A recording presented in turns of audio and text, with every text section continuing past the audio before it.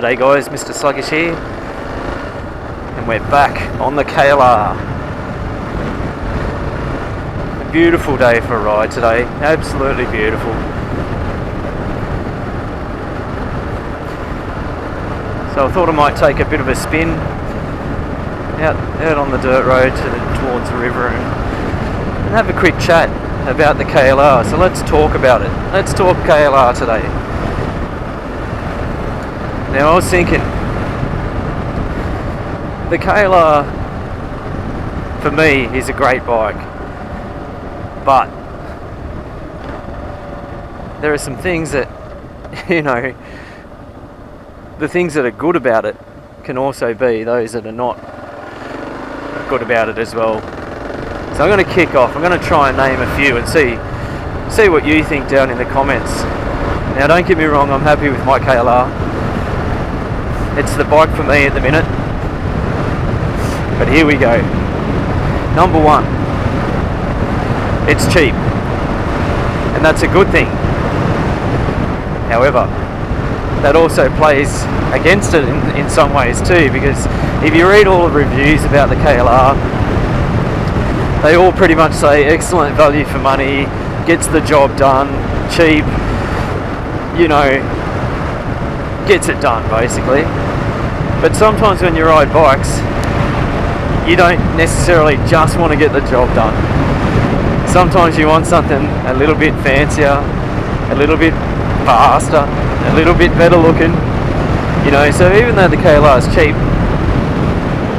you are always looking at other bikes going, geez, that looks nice, geez, that's better, and so forth.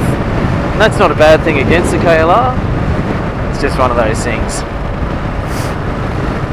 Number two, it's not the quickest bike, it's a big thumping 650 single, and here in Australia these things were learner approved, which means they put a restrictor in the carby that restricted them down to like bugger all, nearly half of what the rest of the world got.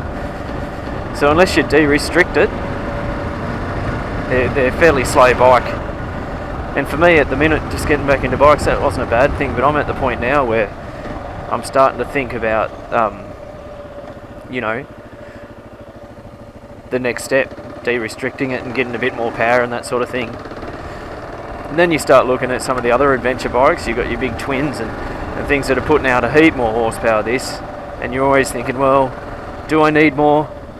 The answer for me is most of the time no, but that's not the point, because sometimes you ask yourself, do I want more? The answer is always yes, whether you need it or not, isn't it, eh?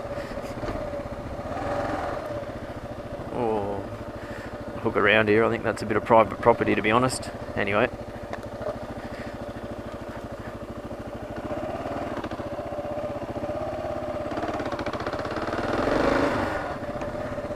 righto, next thing. There's billions of the things around. They're very common. They're all over the place.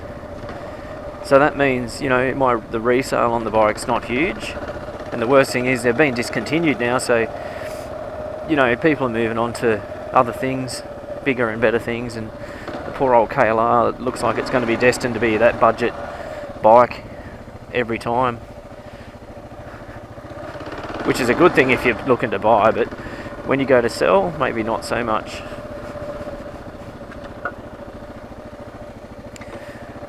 Another good thing, these things are tough as nails.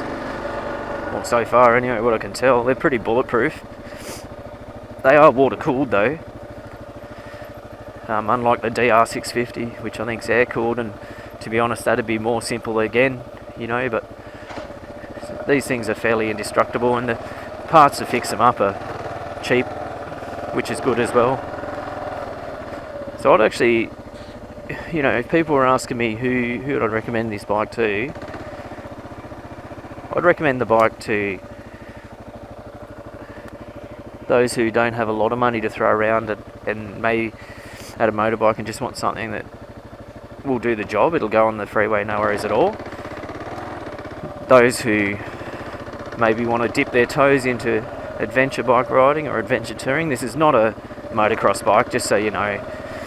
it'll get you where you want to go, but it's not going to go. It's going to be tricky in some spots.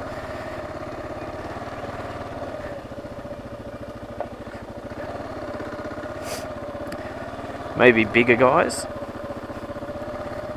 you know, who can't fit on the little 250s and are looking for something that bit bigger. Anyone who wants to travel the world without spending a fortune, these are the thing. Or for those who, like myself, just want to, you know, potter around the bush on the weekends but still hop between towns if I need to. I know that some of the issue when you're looking at a bike that goes off-road is some people don't live right next door to the forest or whatever, so they're going to require actually getting there to start with. So if you're one of those people, you need a bike like this, because it'll do highway no worries at all, up this big mad hill. And the other thing is they pull like a train. This thing will go up a hill no worries at all. Alright, so some other good things about the bike. It's comfortable, or I find it comfortable anyway. It can carry gear, decent payload when you put luggage on it, and it's just overall fun, to be honest. I like it. Righto, let's talk about some of the downsides as well, that are just flat out downsides in a way. It's old technology, which is not a bad thing, but it does mean that, you know, these things were first built I think in the late 80s, a few mods since, but it does mean that they're essentially heavier than they probably should be. And that's noticeable, especially if you get it off-road in the mud and the dirt. But then again, I've not ridden a big adventure tourer, you know, like a Beamer or whatever, so I'm assuming that those things are going to be pretty solid on off-road as well. If you drop them, they're going to be heavy to pick up, and this thing I can get up myself, but it's not a lightweight, you know. So if you're a smaller person looking for a light bike that you can pick up, you'd probably want to check that you could pick this thing up before you jumped full in. Know that when I was looking at it, I started looking at the Royal Enfield Himalayans, and they were a lower centre of gravity. They had a half decent travel from the wheel, and I think they were 400, I think. And those things look like they'd be quite manageable. So if you're not able to pick something like this up, and let's be honest, if you can't pick your bike up, if you can't actually lift the bike that you're riding and you're taking it off-road, I'm not sure that that's the bike that you should be on. That's just me though, you know, that's just me. So do I like it? Yeah, I do. Oh, slippery sand as. I do like it. For me, it does exactly what I want it to. It gets me out on the road. I'm comfortable. I can afford it. I can go on the freeway or the highway if you're Australian if I want to. I can travel these dirt back roads if I want to, enjoying the scenery, which I'm doing today. I can take it out bush. I can take it mud bashing. I can take it through the sticks. You know, I can travel to the other side of Australia if I want. Not that I can, but if I wanted to, I could. So, in regard to that, yeah, it ticks all the boxes that I'm looking to do.